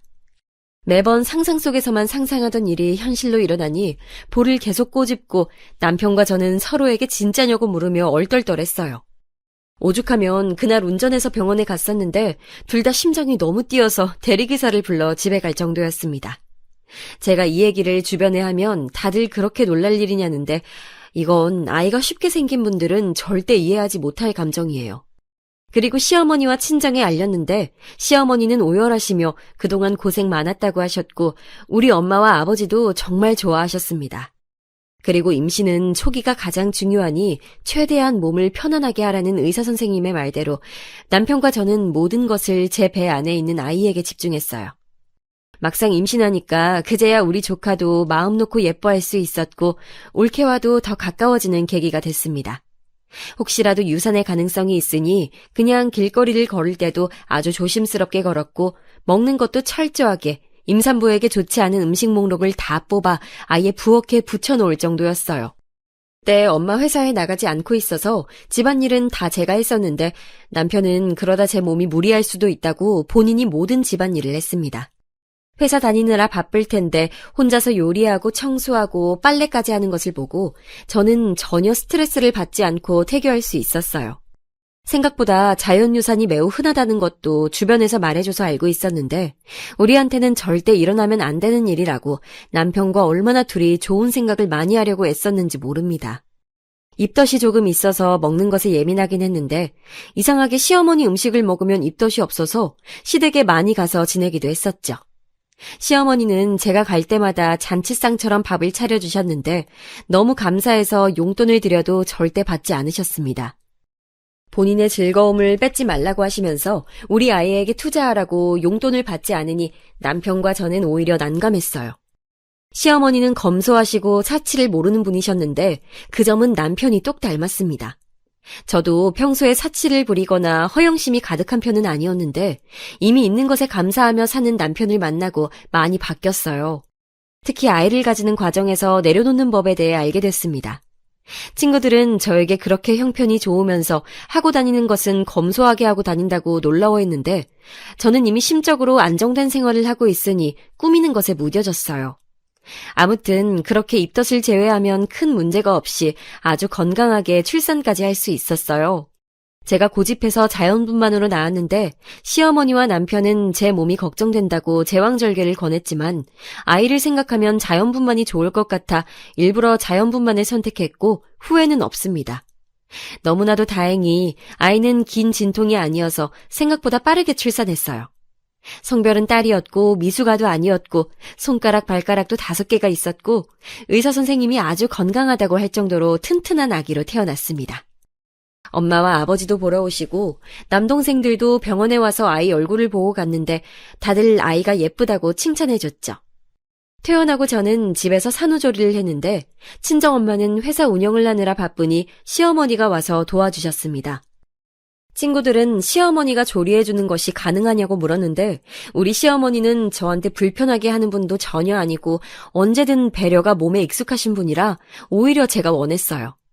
역시나 시어머니는 오셔서 온 집안의 집안일까지 하시며 저를 봐주셨는데 그걸 본 친정엄마가 감동해서 시어머니에게 선물을 해줘도 이런 것을 받아도 되냐고 하시는 분이랍니다. 진짜 오로지 제 편의를 봐주시며 아이를 봐주셨는데 심지어 아이도 얼마나 잘 보시던지 저는 시어머니가 전문적으로 그 일을 하는 줄 알았답니다. 이 경험으로 우리 집은 시댁에 도움이 될 수 있으면 좋을 것 같아 시어머니에게 뭐 원하는 게 있냐고 몇 번을 물었는데 그럴 때마다 시어머니는 전혀 없다고 본인이 원해서 도와주신 거라며 매번 거절하셨어요. 그러다 남편과 얘기가 나왔는데 사실 그때 시동생이 대학 졸업을 한 지 몇 년이 지났는데 취직하지 못하고 있었거든요. 제가 갑자기 그 생각이 들면서 괜찮으면 도련님을 우리 엄마 회사에서 일하게 하는 것은 어떤지 말을 꺼냈습니다. 남편은 제가 말을 꺼내자 크게 기뻐하며 그럴 수 있으면 너무 행운이라며 좋아하더라고요. 그 모습을 보고 진작 말아야 할 걸 후회하며 시어머니와 도련님에게 말했더니 당연히 두 분도 좋아했습니다. 우리 집이야 뭐 당연하게 어떤 식으로 시어머니에게 보답할 수 있을까 생각하던 차라 엄마는 그 생각을 못했다고 환영한다며 도련님을 회사 주요 요직에 앉혔어요. 그리고 정신없이 육아하며 바쁘게 지내고 있었는데 원래 아이는 한 번 생기면 쭉 생긴다고 하잖아요. 원래 2명을 낳고 싶어 했지만 첫째가 하도 생기지 않아 어려움이 있어서 혹시라도 생기지 않으면 그냥 1명으로 만족하고 살자고 남편하고 이미 얘기했었는데 바로 아이가 또 찾아오게 됐습니다. 터울은 2살 차이가 났고 제가 둘째 소식을 양가에 알리니 시어머니가 저보다 더 좋아하셨어요. 우리 시어머니는 첫째가 딸이라 자기는 딸을 키워본 적이 없어서 제가 조심스러웠다며 첫째도 어찌나 조심스럽게 대하셨는지 모릅니다. 뭘 먹여도 저에게 먼저 물어보고 아이한테 예쁘고 고운 말만 해주셔서 너무 감사했어요. 첫째 때 입덧이 있었던 것과 달리 둘째는 입덧이 전혀 없었습니다. 그래서 첫째보다 더 편하게 태교할 수 있었는데 그렇게 아이를 기다리다 뜻밖의 소식을 듣게 됐어요. 바로 도련님의 갑작스러운 결혼 발표였습니다. 결혼은 축하할 일이었는데 제가 놀란 것은 그게 아니고 바로 예비동서의 임신 소식이었어요. 무려 혼전 임신으로 결혼하게 됐다고 우리에게 털어놓는 도련님을 보고 너무 놀라서 애가 떨어지는 줄 알았답니다. 임신한 지 얼마 됐는지를 들어보니 우리 아이와 겨우 몇 주 차이였어요. 일단 축하하고 되게 급하게 결혼하게 된 도련님. 아니 이제 서방님이라고 호칭할게요. 서방님 부부를 최대한 도와주고 있었는데 어느 날 서방님이 동서 없이 우리를 불러놓고 말했습니다. 자기가 형수네 집이 운영하는 회사에 다닌다는 소식을 동서는 모른다며 비밀로 해달라고 하더라고요. 뭐 저야 그때는 불편할 수 있다고 생각하며 당연히 그러라고 말하고 넘겼는데 이게 큰 화를 가져올 줄은 전혀 몰랐습니다. 그리고 결혼 준비를 하며 저는 너무 놀랐는데 예비동서의 태도 때문이었어요. 서방님과 동서는 돈이 부족해서 제가 몰래 돈을 줘서 시어머니가 모은 돈과 합쳐 건넬 정도였는데 동서가 바라는 게 너무 많았습니다. 본인은 혼수도 겨우 해오면서 시댁에 바라는 건 어찌나 많은지 시어머니 얘기를 듣고 깜짝 놀랐어요. 시어머니는 평소에 그런 말을 하는 분이 전혀 아닌데 저에게 속상하다고 얘기를 터놓으셨습니다. 동서는 예단으로 500만 원을 준비했다고 하며 시어머니 보고 예물을 구체적으로 콕 집어서 원했대요. 그런데 그 예물로 말한 것이 합쳐서 5천은 되는 수준이었습니다. 시어머니는 당장 그걸 어떻게 해주냐고 하시며 그래도 며느리가 집안에 들어오는데 못 해준다고 할 수도 없고 고민이라고 하셨어요. 그 말을 듣고 저는 제가 대준다고 했는데 워낙 시어머니가 저를 예뻐하고 해주신 게 많아 저한테는 당연한 결정이었습니다. 아니야, 아가. 내가 괜히 말했다. 너에게 부담 주려고 한 말은 전혀 아니야. 미안해. 입이 방정이다. 에이, 아니에요. 임신까지 해서 결혼하니까 최대한 잘해줘야죠. 그 대신 어머님, 제가 줬다고 하진 마세요. 시어머니는 5번이나 거절하고 결국 받으셨는데 저에게 연신 미안하다고 하셨어요. 그렇게 서방님 부부는 돈이 어디서 나왔는지도 모른 채 원하던 가방과 시계와 옷을 예물로 받을 수 있었답니다. 그때 제가 임신한 상태라 최대한 남에게 베풀고 싶었는데 그게 다 나중에 우리 자식들에게 돌아올 거라고 믿었기 때문이에요. 제가 출산하기 전에 서방님과 동서는 결혼식을 올렸고 축의금도 섭섭지 않게 많이 줬습니다. 동서는 화려하고 예쁘게 생겼는데 생긴 대로 꾸미는 것에 굉장히 관심이 많았어요. 항상 머리부터 발끝까지 꾸미고 다녔고 볼 때마다 옷이 바뀌었습니다. 임신한 상태로 신혼여행도 다녀왔는데 무려 2주를 다녀왔더라고요. 무슨 일을 하냐고 물었더니 백수라는 말에 저처럼 집에 있으려나 보다 생각했죠. 그리고 결혼식이 끝나고 둘째 출산을 거의 바로 하게 됐는데 여기서 제 시련이 닥치게 됩니다. 첫째가 워낙 건강하게 태어났고 자라면서도 잔병치레도 없이 순한 아이라 걱정하지 않았는데 둘째는 태어나자마자 태어나지 못하고 그대로 입원하게 됐어요. 미숙아는 아니었는데 심장 쪽에 문제가 있다고 경과를 지켜봐야 한다고 하셨습니다. 그 소리를 듣고 정신을 잃은 저는 깨어나고도 그게 현실이라는 것을 알고 얼마나 울었는지 몰라요. 의사 선생님은 신생아 중에 그런 경우가 꽤 있다고 절대 부모 잘못이 아니라고 했는데 모든 게 제 잘못처럼 느껴졌습니다. 온 신경을 둘째에 쏟느라 첫째를 잘 챙겨주지도 못했는데 그런 저와 첫째를 다 챙기는 남편을 보고 고마움을 느낄 새도 없었어요. 시어머니는 둘째도 그렇지만 무엇보다 제가 걱정된다며 제 옆에서 저를 정말 많이 챙겨주셨습니다. 올케가 연락 와서 자기 친구 중에도 그런 경우가 있었는데 나중에 지금 너무 건강하게 문제없이 살고 있다며 저를 안심시켰는데 고마웠지만 귀에 하나도 들어오지 않았어요. 고통의 시간을 보내며 살도 많이 빠지고 온전치 못한 정신으로 살며 사는 게 사는 것 같지 않았습니다. 제가 지옥 속에 빠져있는 동안 동서도 출산하게 됐는데 동서 아기는 너무나도 건강하게 태어나서 이미 퇴원하고 조리원에 있다는 소리를 듣고 축하하는 마음이 들면서 왜 우리 아가는 저러지 못하는 건지 얼마나 자책했는지 몰라요. 생각하기도 싫은 그 기간이 지나고 둘째도 퇴원하게 됐는데 아이가 아프니까 저한테 최우선은 다른 것도 아니고 무엇보다 우리 아이들의 건강이었습니다.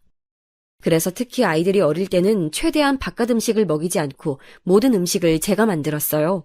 무엇보다 먹는 것이 중요하니까 간식도 유기농으로 만들고 아이들 건강에 많은 신경을 썼습니다. 그도 그럴 것이 둘째가 병원에 정기적으로 가야 하니까 더 그랬어요. 아이들을 키우며 저는 동서와 가깝게 지내게 됐는데 아무래도 동서 자식과 우리 둘째가 동갑이고 개월수도 비슷하니 말이 통하는 게 많았습니다. 그런데 어릴 때는 그래도 괜찮았는데 아이들이 크면서 불편한 상황들이 지속됐어요.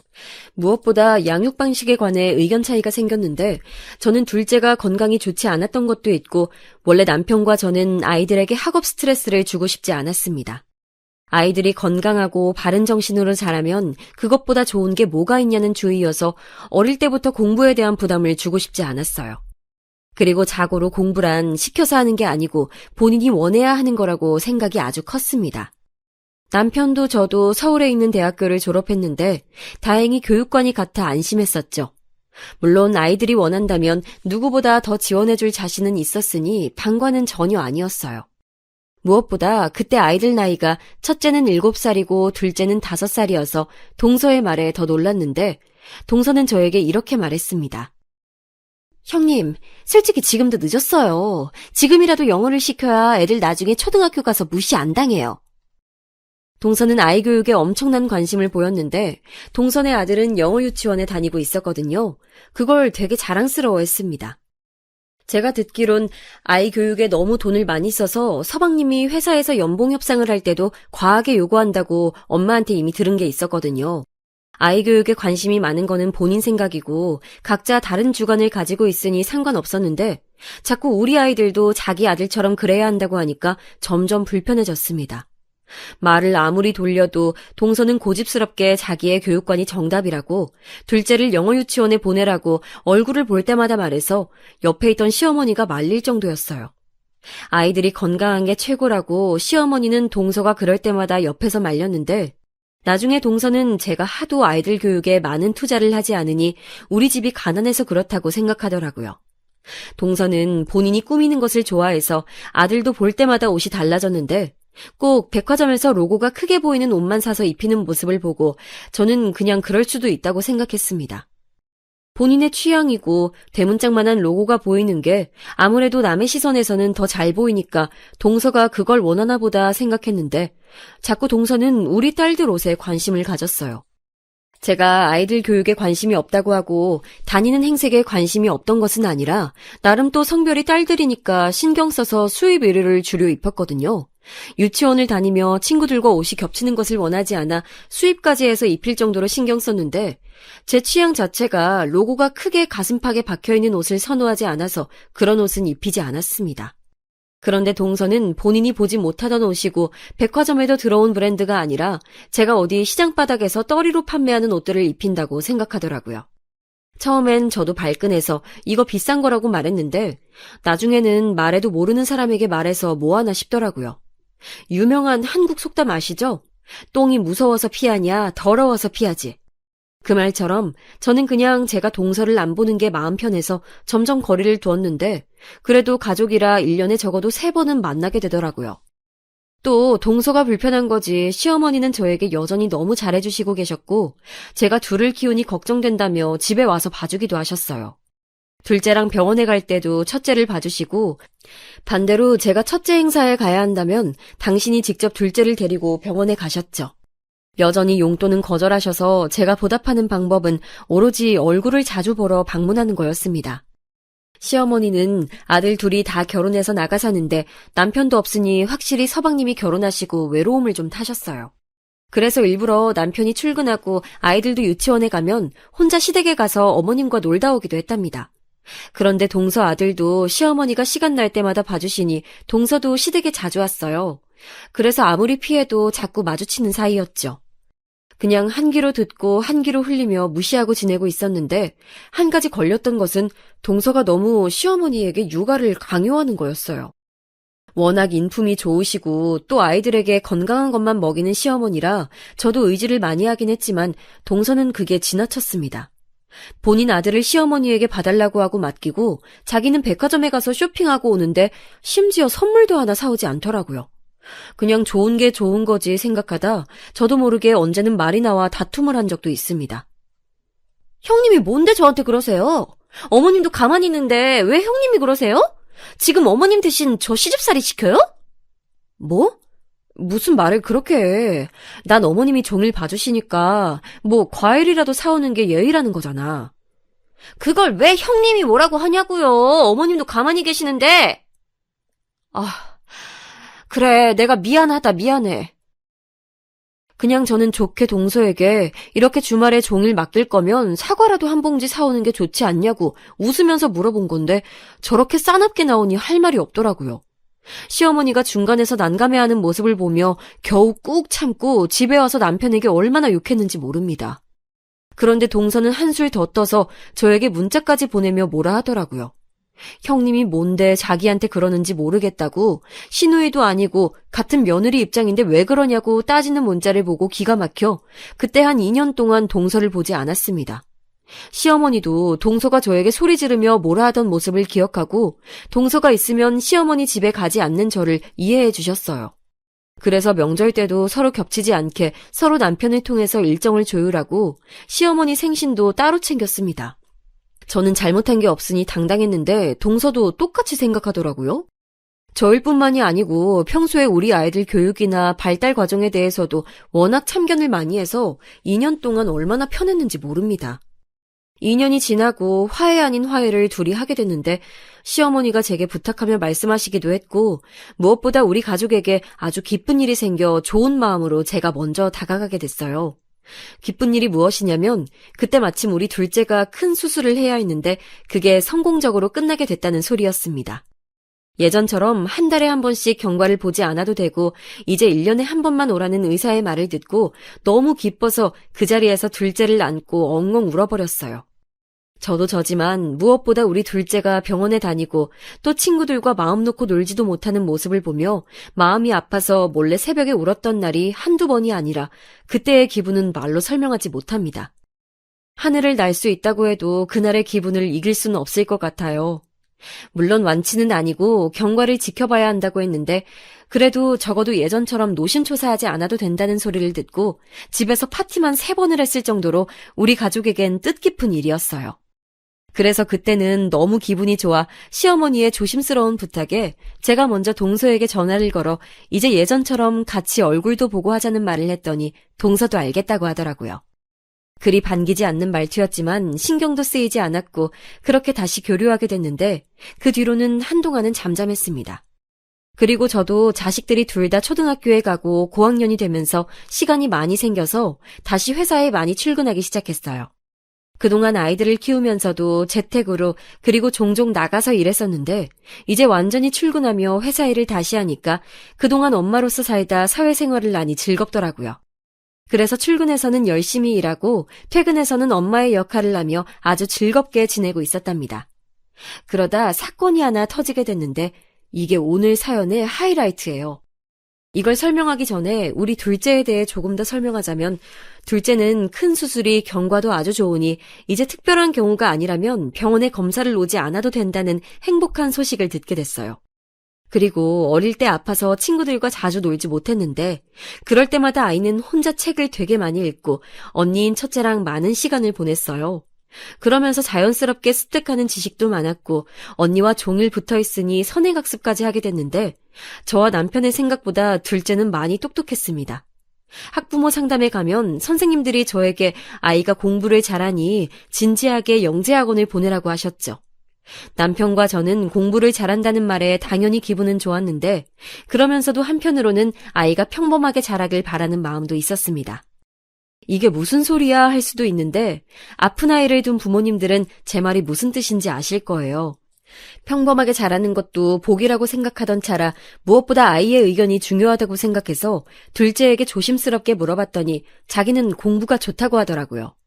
그 말에 남편과 저는 딸에게 하기 싫으면 언제든지 그만두어도 된다고 하며 수준 높은 학원에 보내며 아이를 키우고 있었는데 남편도 그렇고 저도 그렇고 이런 얘기를 어디 가서 하는 편이 아니에요. 그래서 아이가 공부를 잘해서 영재학원에 다닌다는 소식은 시어머니도 우리 친정엄마도 모르고 있었습니다. 저는 그냥 노파심에 언제라도 그만둘 수 있으니 말하지 않는 게 낫다고 생각해서 그랬던 거였어요. 그러다 사건이 하나 터졌는데 바로 우리 딸이 경시대회에 나가 1등을 하게 됐습니다. 그런데 우리 부부는 전혀 몰랐는데 동서 아들도 그 대회에 참가했었더라고요. 처음 나간 대회에서 우리 딸이 당당히 1등을 하니 너무 기분이 좋았는데 누가 갑자기 제 앞을 가로막아 놀라서 봤더니 바로 동서였어요. 형님, 예빈이 언제부터 이런 대회에 나왔어요? 동서, 인사도 없이 깜짝 놀랐네. 우리 딸 대회는 이번이 처음이야. 예빈이가 그렇게 공부를 잘했나요? 전혀 몰랐어요. 소리 소문도 없이 아무도 몰래 준비했나 보네요? 무슨 말을 그렇게 해? 우리 딸 공부 잘해. 그러니까 상도 탄 거지. 인사도 없이 우리 둘째를 노려보며 말하는 동서를 보고 기분이 나빠 그대로 자리를 피했습니다. 그 뒤로 동서의 견제는 계속됐는데 나가는 대회마다 동서 아들은 한 번도 입상하지 못했어요. 그 모습을 보고 남편은 그렇게 서방님 월급을 쏟아부어도 안 되는 것은 안 되는 거라며 안타까워했죠. 최종적으로 과학고 모집에서 우리 딸만 붙고 동서 아들은 떨어졌는데 그 계기로 동서는 우리 둘째만 보면 얼굴을 보고 악담을 퍼부을 정도로 싫어했습니다. 그리고 노골적으로 무시하는 모습에 기가 막혀 그냥 제가 피하게 됐는데 그러다 사건이 최종적으로 터지게 됐어요.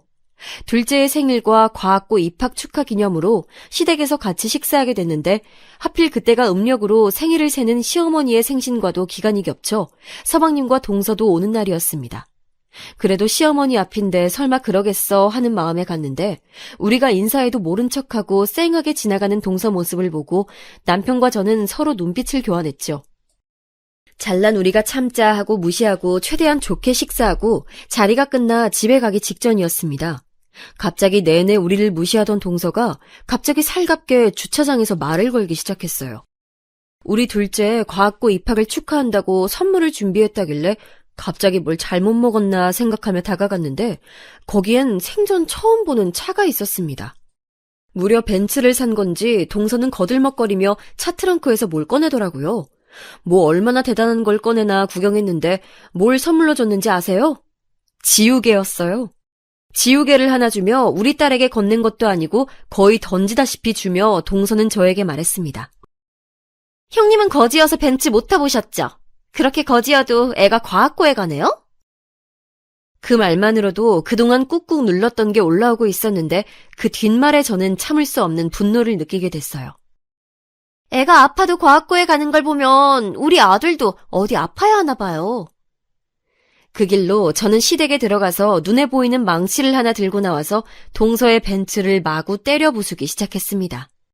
옆에서 남편이 말려도 그냥 무시하고 진짜 눈에 보이는 게 없어서 발로 차고 망치로 깼어요. 동서가 뭐 하는 거냐고 소리를 질러도 들리지도 않았습니다. 너무 괘씸하더라고요. 보아하니 서방님이 왜 또 연봉을 올려달라고 난리쳤는지 눈에 보여서 동서에게 말했습니다. 계좌 불러! 차값 바로 줄게! 동서는 당장 내놓으라며 계좌를 알려줬고 저는 당당하게 1억 5천만 원을 보냈습니다. 계좌를 확인하고 두 눈이 동그래진 동서를 보고 울분에 찬 저는 한마디를 보탰어요. 당신 남편 다니는 그 회사 꽂아준 게 나야. 그 회사 회장이 우리 엄마야. 제 말에 동서는 믿을 수 없다는 표정을 했고 옆에 있던 서방님에게 저는 당당히 말했어요. 은혜를 이런 식으로 갚냐고 소리 지르니 서방님은 아무 말도 하지 못했습니다. 제가 차를 부수는 소리를 듣고 놀라 나오신 시어머니에게 도저히 저런 수준 떨어지는 사람과는 더 만나고 싶지 않다고 말했고 시어머니는 제 의견을 존중하셨어요. 그 뒤로 저는 아무 말 없이 집에 오는데 너무 화가 나서 몸이 떨려 쉽게 진정할 수 없었습니다. 단순히 이번 벤츠 사건 때문에 갑자기 그런 게 아니고 그동안 동서가 우리 집 형편을 자기 맘대로 생각하며 무시했던 게 한두 번이 아니라서 그렇게 행동했던 거였어요. 남편은 저에게 잘했다고 하며 이제 앞으로 동서네 부부를 보지 말자고 하더라고요. 그렇게 월급을 다 쏟는 걸로 모자라서 대출까지 받아 교육해도 과학고에 못 가는 조카를 보니 저렇게 못되게 사니까 그렇다는 결론이 나왔습니다. 그 뒤로 저는 회사에 출근해서도 서방님의 인사를 받아주지 않았어요. 저보고 유치하다고 하실 수도 있는데 그만큼 쌓인 게 많았기 때문에 참을 수가 없었습니다. 서방님은 퇴근하고 저를 찾아와서 미안하다 하고 우리 집에 와서 자기도 너무 힘들다는 말을 꺼내며 심지어 눈물까지 보였는데 안쓰러운 마음은 들지 않았어요. 동서도 저에게 몰랐다고 죄송하다고 문자를 10개도 넘게 보냈는데 나중에는 보기도 싫어서 차단까지 하게 됐습니다. 그리고 시댁 행사에서도 동서를 봐도 동서가 저에게 했던 것처럼 똑같이 사람 취급하지 않고 무시했어요. 마음 같아선 서방님도 해고하고 싶었는데 남편은 죄가 없으니 남편 동생이라는 이유로 그렇게 하진 않았답니다. 다만 본인이 찔렸는지 더 열심히 일하고 더 연봉을 무리하게 올려달라는 말을 꺼내진 않았어요. 그리고 마지막으로 동서에게 당신 결혼할 때 받은 예물, 시댁에 올 때마다 자랑하던 그 가방과 시계도 내 돈이라고 하니 아연실색하며 아무 말도 하지 못하더라고요. 시어머니도 저에게 그동안 고생 많았다고, 자기도 동서가 달갑지 않다고 하시며 거리를 두기 시작하셨습니다. 서방님이 남편에게 사정해서 얻어낸 동서가 다니던 골프장 회원권도 끊어버렸어요. 알게 모르게 제 쪽에서 나가는 돈이 많았다는 사실을 보고 저도 놀랐답니다. 지금은 그래서 너무 행복하게 우리 딸들과 남편과 시어머니를 챙기며 행복하게 살고 있어요. 벤츠를 부실 때 속이 다 시원하고 얼마나 통쾌했는지 모릅니다. 제 사연은 여기까지인데 어떻게 들으셨는지 모르겠어요. 친구들에게 말하니 다들 너무 재밌다고 하던데 저도 한 번도 후회한 적은 없네요. 앞으로도 쭉 발 뻗고 잘 수 있을 것 같습니다. 들어주셔서 진심으로 감사합니다. 가족들과 행복한 나날 보내시길 바랄게요.